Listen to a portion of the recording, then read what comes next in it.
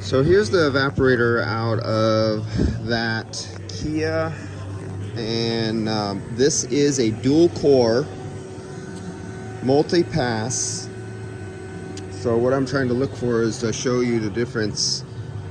So if you look at here, so you'll have the inlet and outlet of your expansion valve, and so you come in right here, goes in this one right here. It comes through this pass here. Now if you see, there's two separate circuits here. Let's take this off. This one goes behind this one right here. This is your suction. It says S on it, suction. So this is where your liquid vapor comes in from the expansion valve as a high temperature, high pressure liquid. It goes through the expansion valve. As it comes through here, it's a semi-liquid, semi-vapor at the bottom row.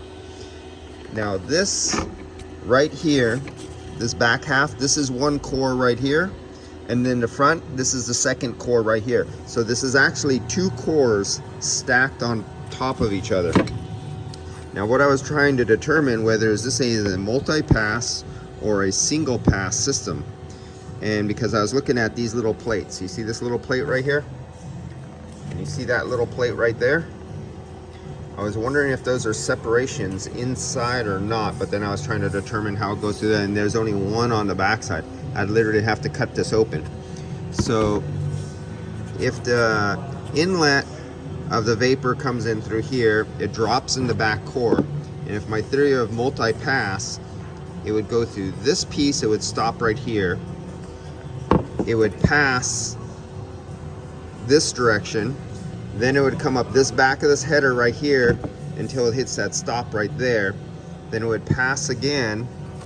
It would come here, it would go to this side. It would pass right here on this side on the back. Then it would go up. It would come back. It would pass to this side where you see that stop right here in between here.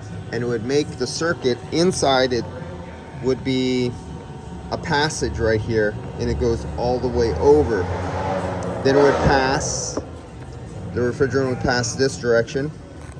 It would go halfway down, and then this goes over here. Then it would pass here in this front header, pass down to this point, pass this direction, go down and pass. That's one thing. And then see, it comes out right here. And then we come back over here and we can see this is where the other one goes. Yeah, in the front. No, maybe not. I'm gonna have to cut this open. I am curious as all hell of how many passes this is. Or does it just hit this whole entire header, do one complete pass, come straight over into this header, do one complete pass, and then come down here and then go out the suction and go back to the compressor that way. So there's so many design options that it could be. If you look inside, right inside, I think you could see the separation. You see that line right in the middle there? There's one header, and then there's that spot right there, and then the other header is in the back.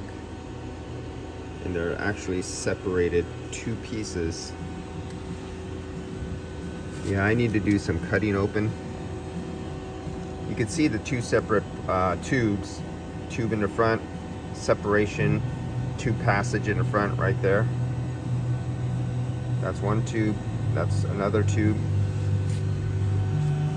So yeah, this will be interesting to see how this goes if I have time to cut this open tomorrow.